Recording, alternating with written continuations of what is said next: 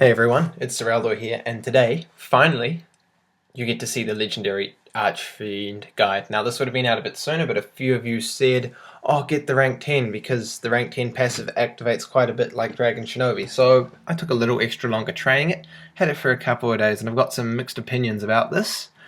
It's kind of custom though, that's always cool. It's quite hard to obtain, really. Now I've got some more detailed stuff, but I'll just talk about the diamonds briefly now. The diamonds are the hard part to obtain, the diamonds of Nolgith, and you need 30 of them. Now, I'm not going to show you each individual way, so I'm just going to list them, and you'll have to look it up on the wiki if you don't quite understand.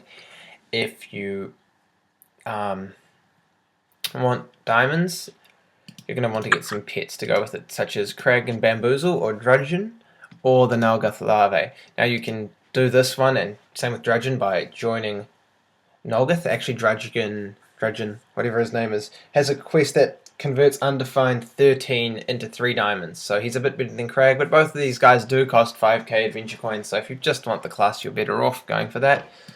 Failing that, the Nolgith Larvae at the Mana Elemental in the Elemental mat. Either way, this is going to take a while, and only members can do this, so if you're a non-member and just want the class, you're better off buying it with ACs. It takes a long time to earn, so you might just be better off buying it with ACs. Me, I've got a philosophy that if I can earn it, I will get it and not buy the AC version. So, with that out of the way, here are the other the other items you need for completing the quest.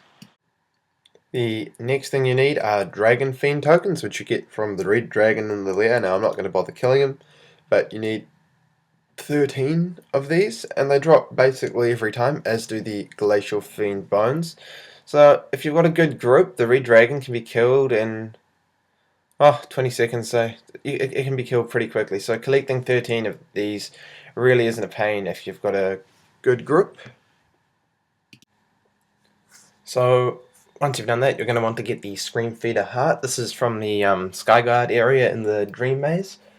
You'll have to do a few of the Skyguard quests to actually be able to get to the Dream Maze, and once you do, you'll want to know how to navigate through it. So I'll just show you how to do that now.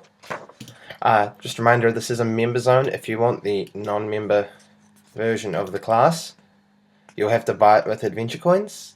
You can only earn it if you remember.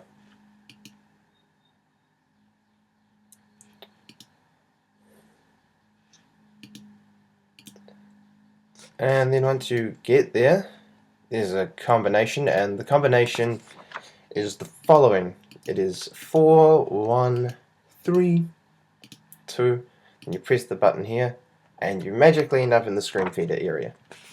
So if you go back, then unfortunately you've got to do it again. You only need 1 Scream Feeder heart. So it could take a bit of a while. It's a guaranteed drop, but it's got a lot of health, or it's almost guaranteed drop. I don't know offhand, but I've gotten it most times I've killed it. But yeah, it's got a fair amount of health, so you'll want a couple of friends unless you're pretty happy with how good you are at soloing.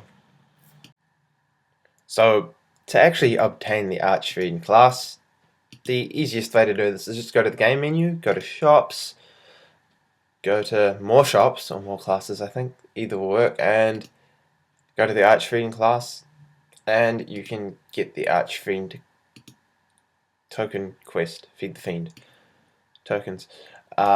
You'll need diamonds, dragon, fiend, gems, glacial bones, Scream Feeder Heart. Now I'll show you all these locations and where to get them.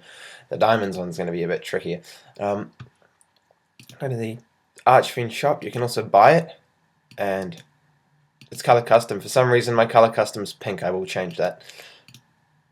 Various wings and all that. This one's +5, so it'll give 5% extra reputation. So you can start and turn in this quest anywhere, which is really quite helpful. Now I'll just start with the Glacial Bones at Battle under D. But I didn't type battle.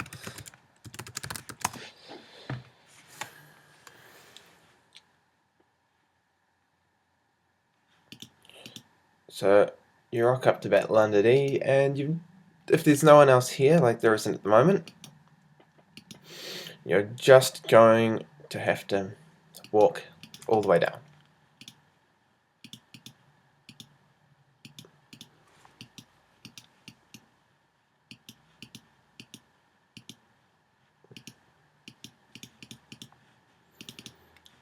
And then you just get down here and you kill him.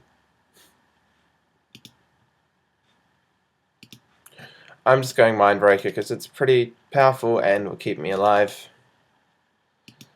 I've beaten the Scream Feeder alone with it, but it still takes a while. Because of that, a really good heal.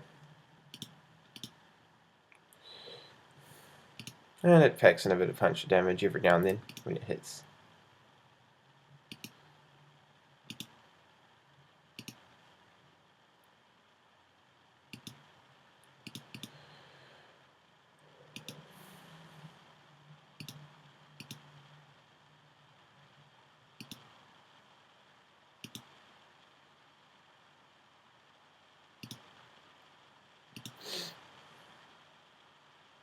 There you have it. You've got Glacial Bones. That's a guaranteed drop.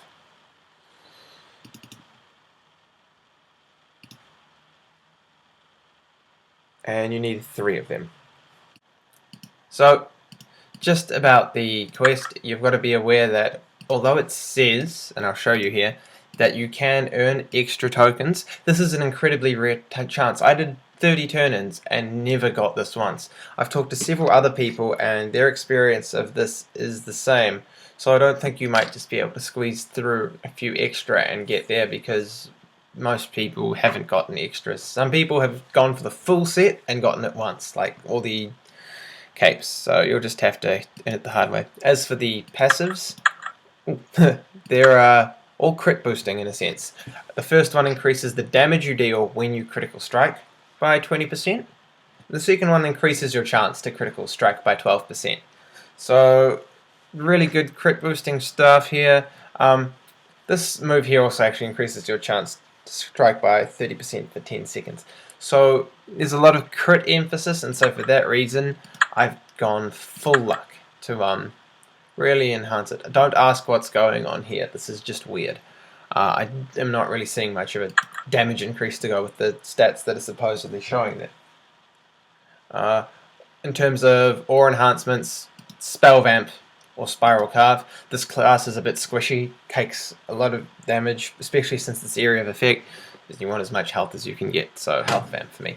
You might also want to consider taking out a little bit of the luck and bolstering it with Fighter for the extra HP, but that's for you at your own discretion. Damage to expect is. Now I need to do a rant on the Blood Rage passive. It's supposedly a 25% chance passive. It's called Blood Rage, and if your opponent is near death, this is like an instant finisher sort of thing. Class is pretty straightforward. You've got your initial move, Mark of Death, and it applies a damage over time, which stacks up to 6 times, and we'll try to get 6 stacks, but no promises.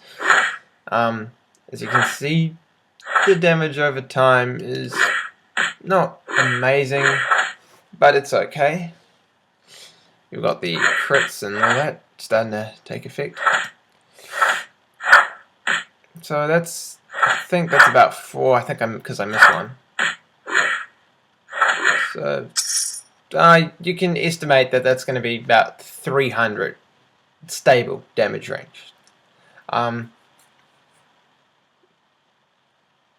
So the damage of the move increases with the the damage over time increases with each stack. You've got your basic area of effect move.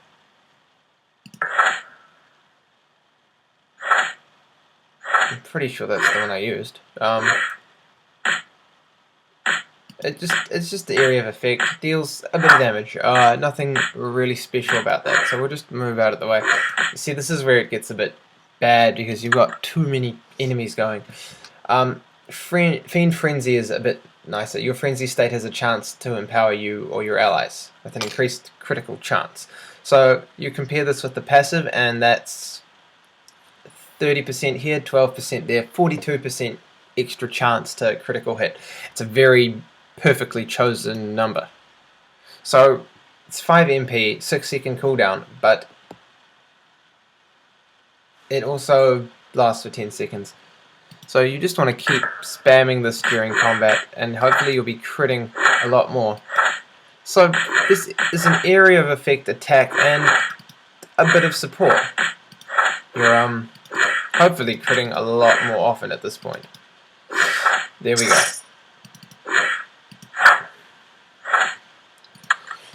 The final move is a bit scary. It basically is another area of effect move that affects up to 4 enemies, and they take 75% extra damage for 15 seconds. So if you want to just give a rough idea, 100 damage that you'd normally do will turn into 175. Now that's pretty nice, but it affects them. Oh, sorry about that. The debuff affects them. Oh, I guess the debuff didn't work. But it affects them, and so that means your allies will also be doing 75% extra damage. The downside is you will be taking 25 increased damage. If you take 3 enemies, or well in this case 4 enemies, because that's how many it can do this to, and they're all doing 25% extra damage, that adds up to, if there's 4 enemies, that you're taking 5 enemies of damage at the same time. So this isn't a move you're wanting to use on your own. You may want to use it with friends, preferably healers or maybe oracles. There we go. You Abyssal Bind yourself and they take their own damage. As you saw, the damage boost is noticeable. The crits were doing about 600 with that move before, and they were doing 1000. But once it wears off, you're in a bit of trouble.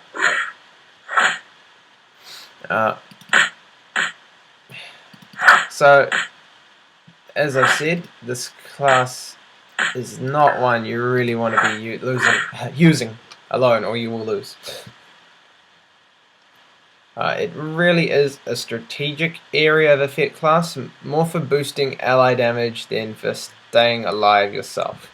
My conclusion, a lot of people were disappointed with this class. They felt, oh, it's Nolgith, so it needs to be super powerful. I disagree. I feel that Nolgith is for the elite, and the elite know how to make this class work. There's definitely a lot you can do with this class. It's just not easy. I wouldn't say that it's a bad class. I would just say that it's a hard class to get to grips with. Because let's face it, if you're in a group with 5 other people and you're all of a sudden making everyone do 75% damage, between the 6 of you, that's 450% extra damage, I think. Yeah, 450% extra damage. So, in the right circumstances, this thing could be great. I mean, just imagine something like Paladin High Lord in a party, or Doom Knight Overlord, doing 75% extra damage. And then imagine a Paladin Slayer with its 60% damage buff going on. This thing is a strategic class. It's not a I'll own you now class. I'm not convinced this thing would be terribly good in PvP, especially considering that damage buff. And it's definitely not to be used on its own. I think in the right circumstance, this thing could really be helpful, especially if you're dealing with other area of effect classes like Troll Spellsmith, that doing 75% extra damage. Just remember, the value of this class in itself is nothing. The class was very clear that in a group, the guides were very clear that in a group was where it found its power, and I will maintain that. You've got to think carefully about this class. You can't rush in. You can't expect to solo bosses, and you can't expect to survive on your own without a decent healer in the group. So that's my take on this class. I like it, but it's not great for soloing. That's all for now, so I'll see you later. Bye.